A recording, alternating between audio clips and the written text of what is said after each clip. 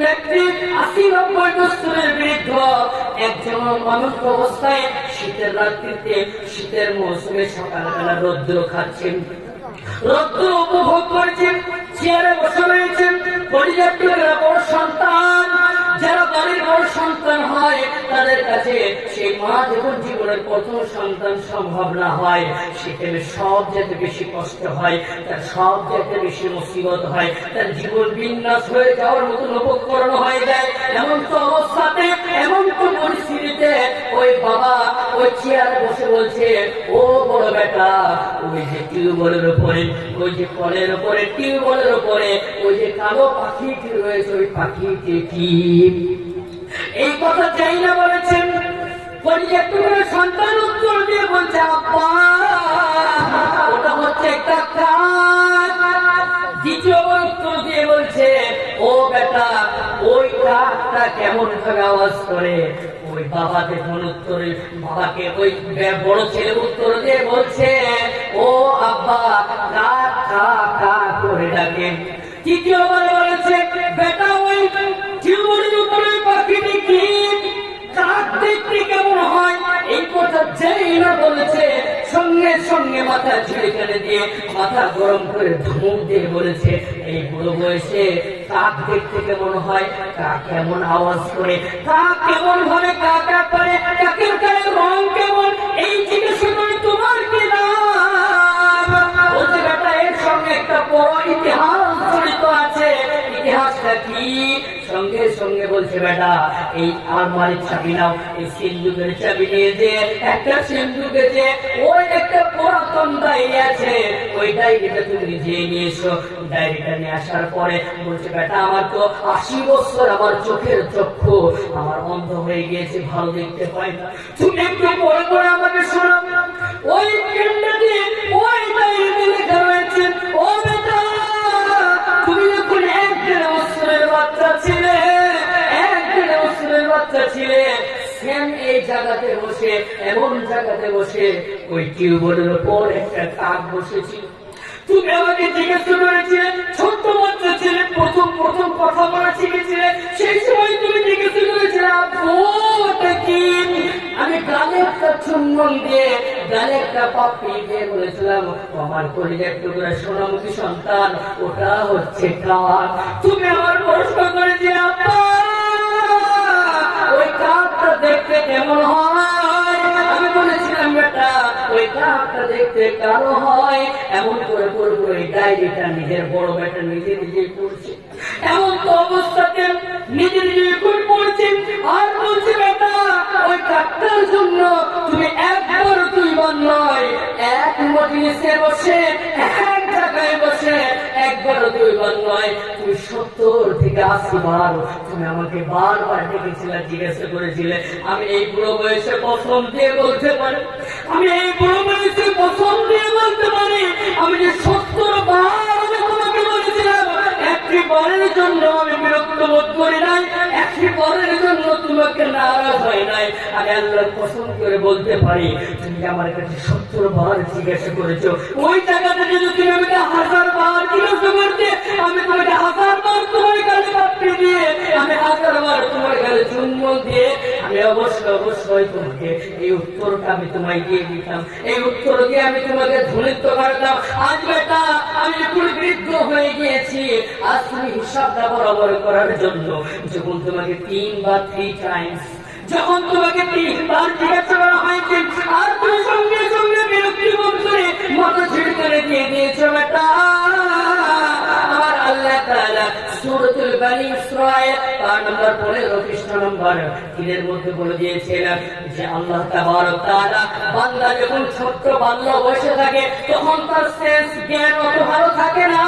এমন অবস্থায় মানুষ যখন বৃদ্ধ হয়ে যায়, মা যখন বৃদ্ধা হয়ে যায়, সে সময় তারা বাচ্চা মানুষের মতন হয়ে যায়, তার রাগ বেশি হয়ে যায়, তার মেজাজ স্ট্রং হয়ে যায়, তার মাথাটা গরম হয়ে যায়, তার মাথাটা গরম হয়ে যায়, উল্টো মাথা রেখে যায়, আবার করে শান্ত হয়ে যায়।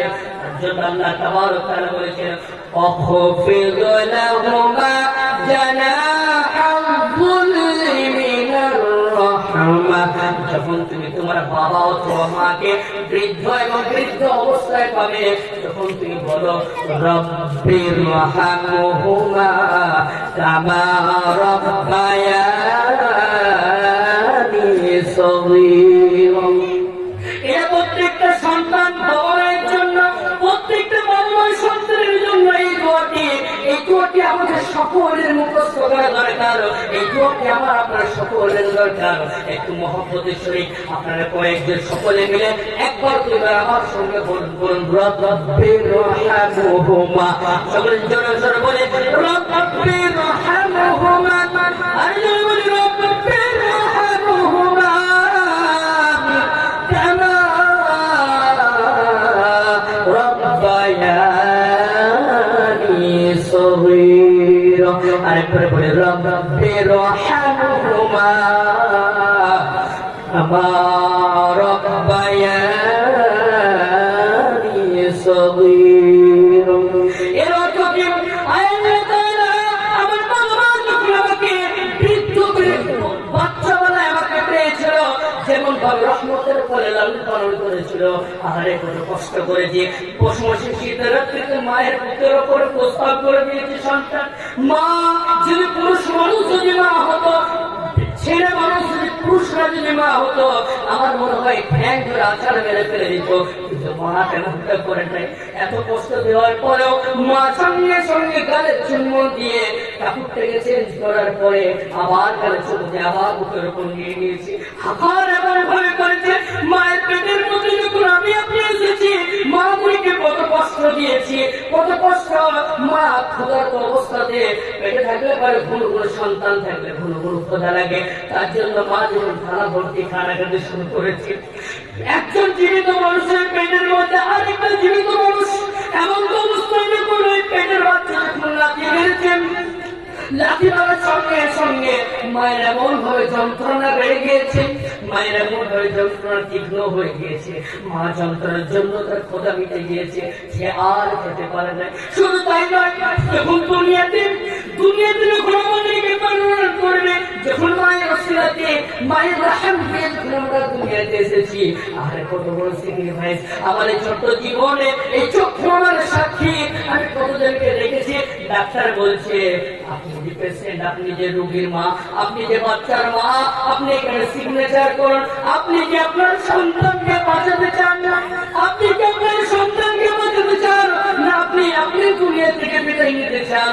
পৃথিবীতে লক্ষ কোটি মা এমন কাউকে পাওয়া যাবে না যে বলবে নাকি বলে আমাকে বাঁচিয়ে দাও, আমার সন্তানকে মেরে দাও। কিন্তু তার উল্টোটা হয় নাকি বলে আমার জীবনের বিনিময়ে, আমার জীবনের বিনিময়ে আমার পরিচয় সন্তানটাকে দীর্ঘজীবী চিরঞ্জীবী করে দাও, আমার বডিকে অরেঞ্জ করে দাও, আমার জীবনটাকে বিন্যাস করে দাও।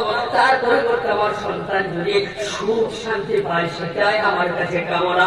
আমি যে দুনিয়া থেকে বিদায় নিয়ে যাবো, সেটা আমার যদি সবচেয়ে বড় সৌভাগ্য হবে।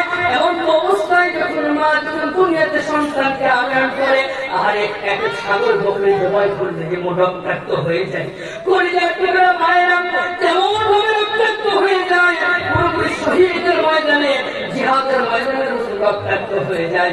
তারপরে 2.5 বছর স্তনের দুধ আমরা চুষে চুষে পান করি। তারপরে যখন ওই সন্তান যখন পিতামাতার সঙ্গে যখন দুর্ব্যবহার করে, সেটা মায়ের জন্য কত কষ্টদায়ক হয়। আমি কত বাবাকে বলতে শুনেছি, কত মাকে বলতে শুনেছি, আহার আমার সন্তান যে আমাকে এমন ভাবে করছে। আমার 6টা বেটা, আমার 7-8টা সন্তান, তারপরে একজনের বাড়িতে আমার খাবার হয় না, একজনের বাড়িতে আমার খাবারের সৌভাগ্য হয় না। আমি বলি নিমু খারাপ, তুই বেলজ্জা বেহায়া, তুমি নাফরমান বান্দা, তোমার বাড়িতে 4-5টা সন্তান তুমি খানা দিতে পারছো।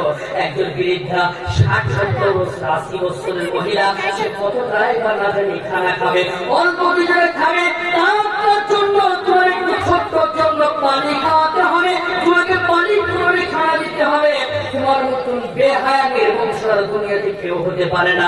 যদি তোমার বাবা মায়ের সঙ্গে এমন ভাবে পানি খেয়ে নাও, তুমি খাবার লেখে নাও, তুমি খাবার লেখে নাও, তুমি যখন বাবা মা হবে, তুমি যখন বাবা হবে, তুমি যখন মা হবে, মা আমার পরিচয় টুকরা মারা যখন তোমরা মা হবে জেনে রাখবে তোমারও কপালে এসে পালের খাবার পড়ে রইবে, তোমাকেও সেই পালের খাবার খেতে হবে। সুতরাং বলছে এই জন্য আক্রমণ করেন যে ছয়টা সন্তানের বলে আমাকে ভিক্ষা করতে হয়, আমাকে ভিক্ষা করতে হয়, আমার নিজেকেও বড় লজ্জা লাগে। প্রিয় আব্বাজান ভাই বন্ধুগণ, আমরা যেন যুবক যারা আছে আমাদের ছেলেদের কলিজা টুকরা আব্বা আম্মা বেঁচে রয়েছে, তাদের সঙ্গে সৎ ব্যবহার করি, তাদের সঙ্গে মোটেও দুর্ব্যবহার না করি।